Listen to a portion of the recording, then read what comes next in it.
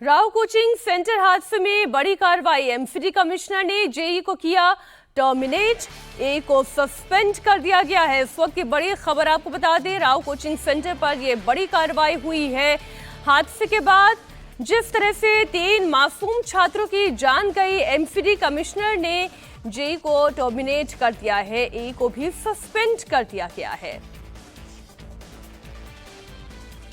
3 मौतों के बाद ये एक्शन हुआ है। हैरानी की बात यह है कि हमेशा हादसे का इंतजार क्यों करता है प्रशासन? कोई हादसा ना हो जाए उससे पहले क्यों एक्शन नहीं लिया जाता?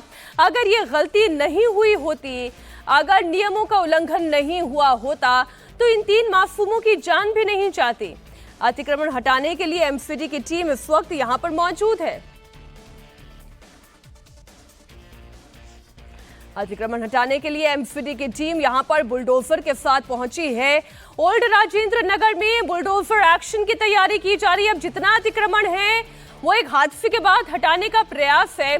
इसे आगे आने वाले संकट से तो बचा जा सकता है, लेकिन जो पहले ही संकट मंडराया, जो 3 मासूमों की जान चली गई, क्या उसके लिए काफी है? हालांकि एमसीडी कमिश्नर ने जेयू को टर्मिनेट कर दिया है और असिस्टेंट इंजीनियर को भी इस मामले में सस्पेंड किया गया है। हमारे सहयोगी लगातार इस खबर पर जुड़े हुए हैं। क्या तस्वीरें आ रही हैं, जरा बताएं। देखिए मीनाक्षी, ये जो राजेंद्र नगर वाली पूरी घटना है, कोचिंग सेंटर में पानी भरने की वजह से 3 छात्रों की इसमें मौत हुई थी। इस मामले में दिल्ली नगर निगम ने पहली बड़ी कार्रवाई की है। खुद इंडिया टीवी को ये बात कंफर्म की है एमसीडी के कमिश्नर अश्विनी कुमार ने कि जेई को टर्मिनेट किया गया है और जो असिस्टेंट इंजीनियर है उसे निलंबित किया गया है और आगे की इंक्वायरी जो है इसमें भी फिलहाल की जा रही है।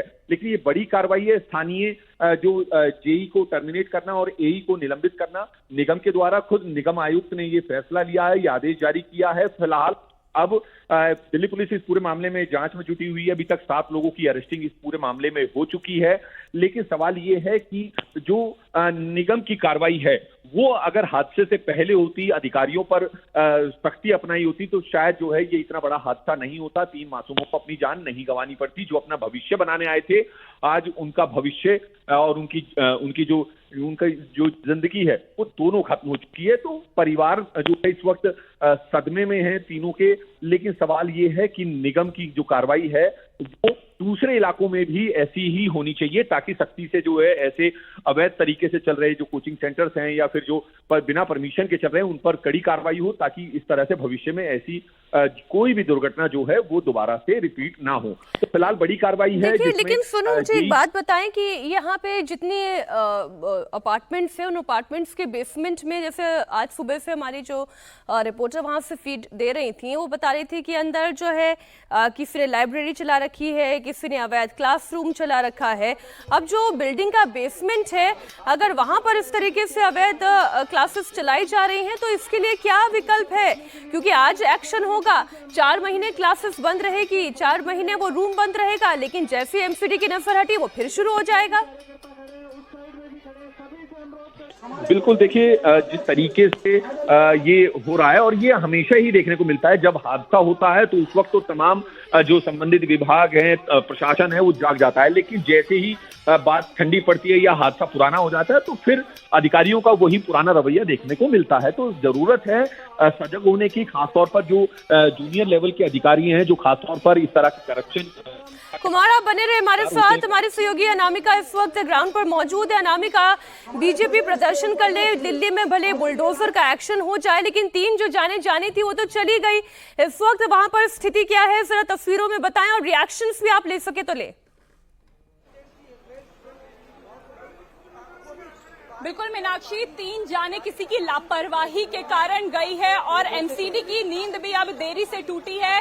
13 ऐसे कोचिंग सेंटर्स हैं जिनके बेसमेंट को सील किया गया है और अब राव आईएएस एकेडमी के बाहर एमसीडी के बुलडोजर पहुंचे। मैं आपको बता दूं, 1 नहीं, 2 नहीं, 3 बुलडोजर हैं जो इस एकेडमी के बाहर आए हैं। जहां तक हमें जानकारी मिली है उसके मुताबिक अब जो यहाँ पे इलीगल इंक्रोचमेंट है उसे हटाया जाएगा।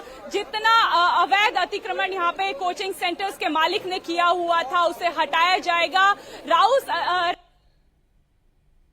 आएगा।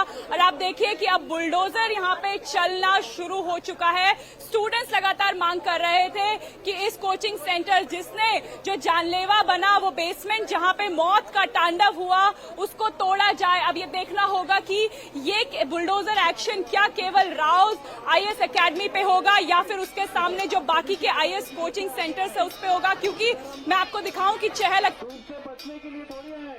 क्या देर रात सील किया जिसके बेसमेंट को। तो अब देखिए एक्शन कहाँ पे होगा। जी अनामिका, बहुत शुक्रिया। आप लगातार नजर बनाए रखिए, आगे भी हम आपसे लगातार अपडेट लेते रहेंगे।